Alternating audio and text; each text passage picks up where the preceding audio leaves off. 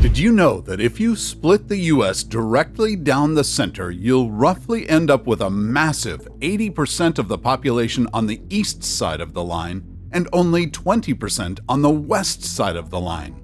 Furthermore, if we travel further east and look at the 26 states that make up the eastern United States, they hold over 58% of the total population of the country.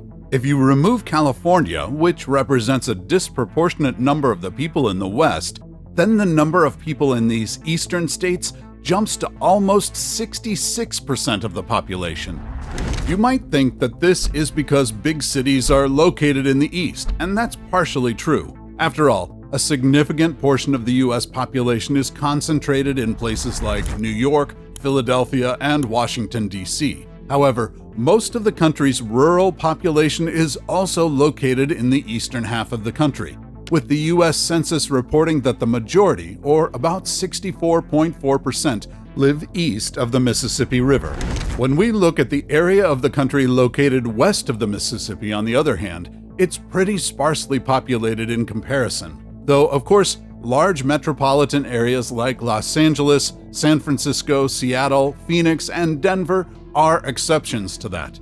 So why is it that such a large majority of the US population is located in the eastern states? Well, today on Across the Globe, we're going to look at the reasons why so few Americans live in the west half of the country. Reason number 1: early US settlements. The first major reason that explains why so many people live in the eastern United States is due to good old-fashioned history. And to start, we need to go way back to the early 1600s and back to your elementary school history lessons. As a quick refresher, when Pilgrim settlers came to the US for the first time, they landed on the East Coast. Soon after, they had spread out amongst the 13 original colonies, which happened to all be located along the East Coast. You might think that, given the US's massive land mass, people would have continued spreading out throughout the country, but that's not the case. Even after Americans gained independence from Britain in 1776, most of the country's population was still concentrated in the East. In fact, people didn't start coming out to the West Coast in large numbers until the 1810s, and by that point, the eastern United States had already been steadily growing for nearly 200 years. To put things simply, the East Coast had almost 2 centuries of a head start on the rest of the country when it came to population growth. And for the East, that growth didn't slow. When immigrants came to the US from Europe in the 1800s, they passed through New York. Many of them decided to stay in the region, with a large number settling down either in New York City or in upstate New York. In other words, not many of them made the move to go out west. And we're not talking just a few thousand immigrants here. The number of immigrants making the move from European countries was pretty huge. Between 1815 and 1860, for instance, over 5 million immigrants arrived in the US. For some context, the entire population of the US was only 7.2 million in 1810. So the eastern US not only had almost 200 years of population growth on the rest of the country, but there were significant numbers of immigrants contributing to an increase in this population every day. When we look at the western US, by contrast, its population increased far more slowly. The number of people who decided to venture out along the Oregon Trail, for instance, was pretty small, with estimates showing that only about 300,000 to 500,000 ventured out west in the 43 years between 1841 and 1884. As a refresher, 5 million immigrants arrived in the U.S. in the 45 years between 1815 and 1860. Now, events like the California Gold Rush get a lot of hype, and you might think that this might have attracted a ton of people out west. But in fact, people weren't moving out to California in droves. Instead, estimates say that only about 300,000 people moved to California between 1848 and 1852, which was the height of the gold rush.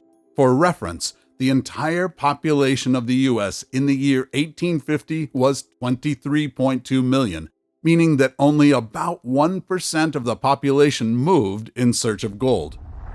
Reason number 2: Rainfall patterns.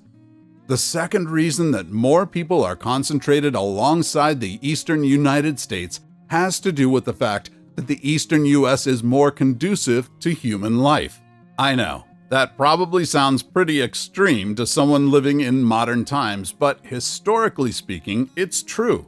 And to look at why that is, we need to look at something that might sound simple but actually has a huge effect on where people live: weather patterns.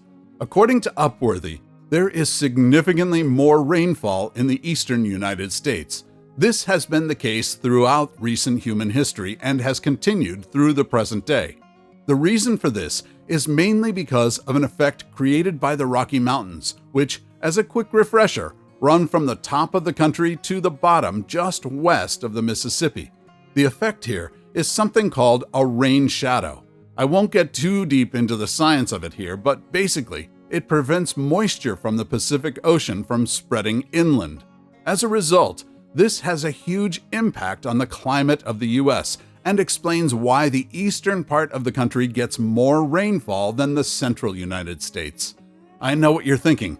This is interesting and all, but what does this have to do with population densities? Well, before our sophisticated modern-day food and water transportation systems were established, people were pretty reliant on their local areas to meet their everyday needs. As a result, throughout history, areas with more rain have tended to attract larger populations. According to one study from the United Nations, for instance, it appears that water scarcity, or the lack thereof, is a key determinant of whether a certain area is not only able to sustain human life, but whether it's able to grow a population.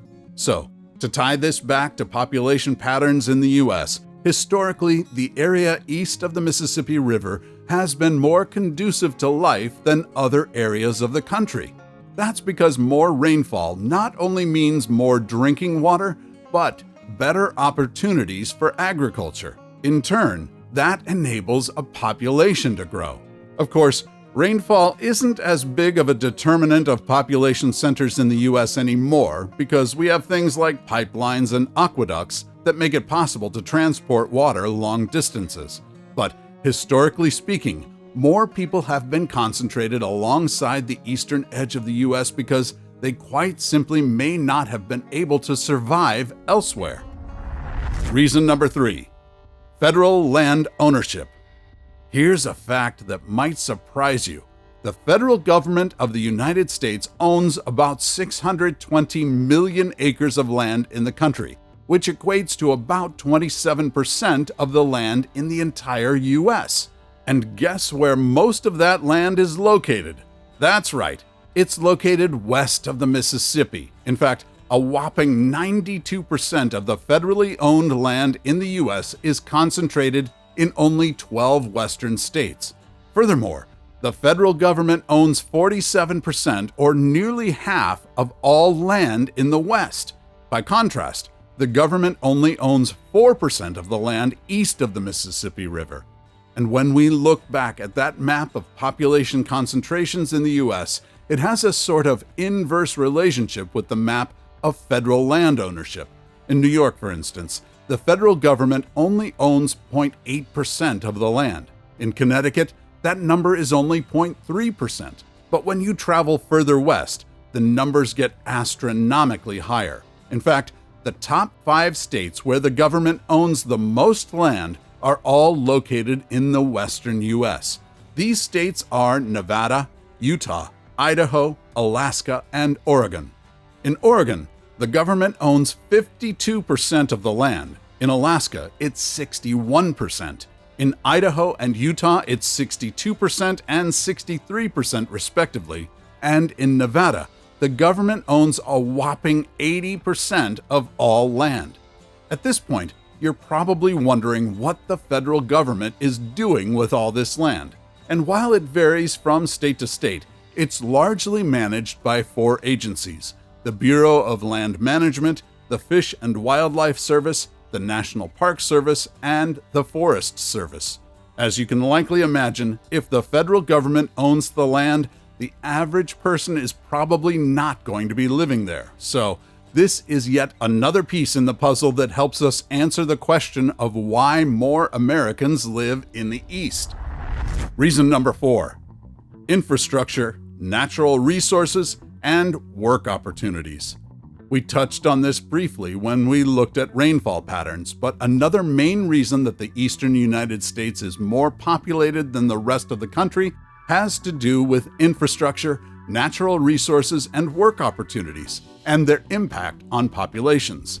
In the 1800s, for instance, the area east of the Mississippi had a significant advantage to other parts of the country in terms of its infrastructure development.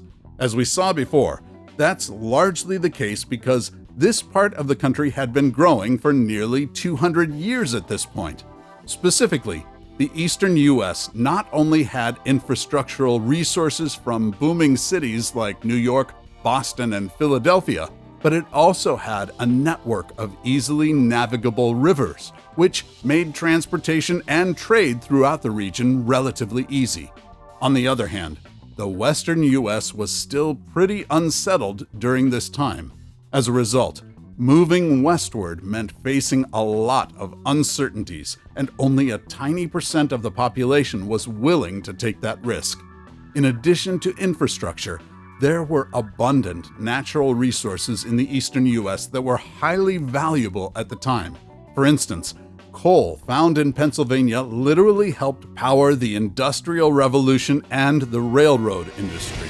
Similarly, the fertile land found in the southern U.S. was a key provider of agriculture.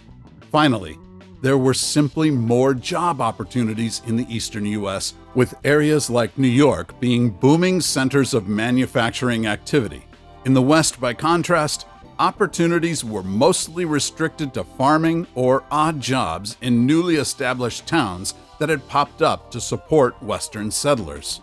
All this shows that the relatively large number of job opportunities, abundant natural resources, and established infrastructure in the East meant that the area could support larger populations, laying the groundwork for the population distribution we see today. What about why West Virginia is vastly emptier than Virginia? Watch this video to learn about that.